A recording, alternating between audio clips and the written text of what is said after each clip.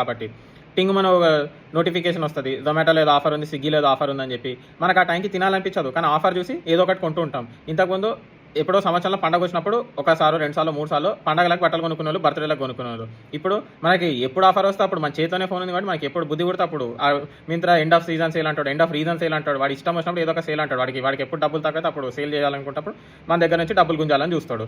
అట్లా డబ్బులు ఖర్చు పెడతాము. ఒకప్పుడు మంత్లీ వన్స్ ట్వైస్ అట్లా లిమిటెడ్గా బయటకు వెళ్ళి తినేవాళ్ళము. ఇప్పుడు ఏ రోజు బయట తినడమే, ఎక్కడ ఏ ఫుడ్ స్టాల్ ఓపెన్ అయితే అక్కడ ఎగబడి వెళ్ళి తినడము. ఇట్లా అవసరం లేని ఖర్చులన్నీ మనం ఎక్స్ట్రా స్పెండ్ చేసి దానివల్ల మనకి సేవింగ్ అనేది ఉండట్లేదు ఈ జనరేషన్లో. అదే మనం ఈ అవసరం లేని ఖర్చులు పెట్టకపోతే సేవింగ్ అనేది ఖచ్చితంగా ఉంటుంది. ఇంకొకటి క్రెడిట్ కార్డ్స్ ఫ్రీగా వస్తున్నాయి కదా అని చెప్పి మనీ ఏదో వాడు ఫ్రీగా వస్తున్నాయి కాదు, ఫ్రీగా ఇస్తున్నట్టు మనకు ఒక ఫీలింగ్ తెప్పించి క్రెడిట్ కార్డులన్నీ వాడుతుంటాము, అప్పులు చేసి మరీ షో చేస్తూ ఉంటాము. మళ్ళీ ఆ కార్డులు కట్టడానికి అదొక బాధ, అదొక తలకాయ నొప్పి. సో అవసరం లేని ఖర్చులన్నీ మనతో స్పెండ్ చేయించి మనకి సేవింగ్ అనేది